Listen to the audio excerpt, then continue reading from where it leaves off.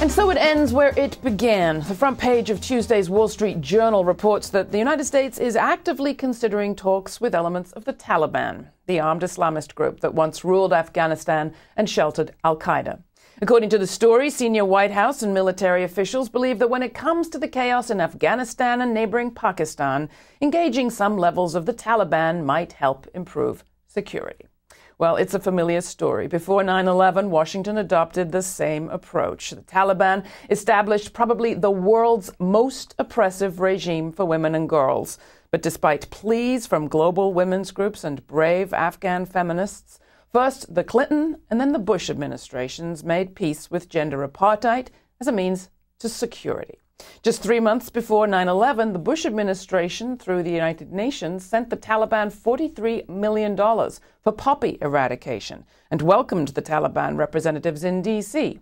Then, of course, came the attacks on the United States and thereafter the U.S. invasion. Searching to beef up support for that, First Lady Laura Bush took to the airwaves in a much ballyhooed radio address. She said, long before the current war began, the Taliban and its terrorist allies were making the lives of children and women in Afghanistan miserable. 70% of the Afghan people are malnourished, she continued. 1 in every 4 children won't live past the age of 5 because health care is not available. Women have been denied access to doctors when they're sick. All of us have an obligation to speak out.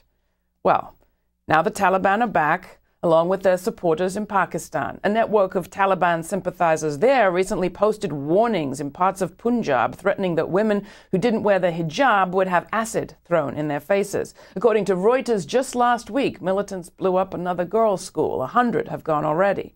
The U.S. war on terrorism in Afghanistan never did have much to do with anti-female terror. Seeking proxies to fight on their behalf, the U.S. always worked with as many misogynist warlords as it toppled. Now the old mantra is back: security at any cost. The cost now and then isn't so hard to tally. It's measured in women's lives. Just what was all that fighting for? You'll find everything you've seen on this show at our website, grittv.org. There's a place to comment on every story. While you're there, join our mailing list so we can let you know what we've got coming up on Grit TV. There's also a podcast available and a Twitter feed of every blog posting. Just follow Grit TV. Please become a supporter if you can. Thanks for watching. We'll be back tomorrow.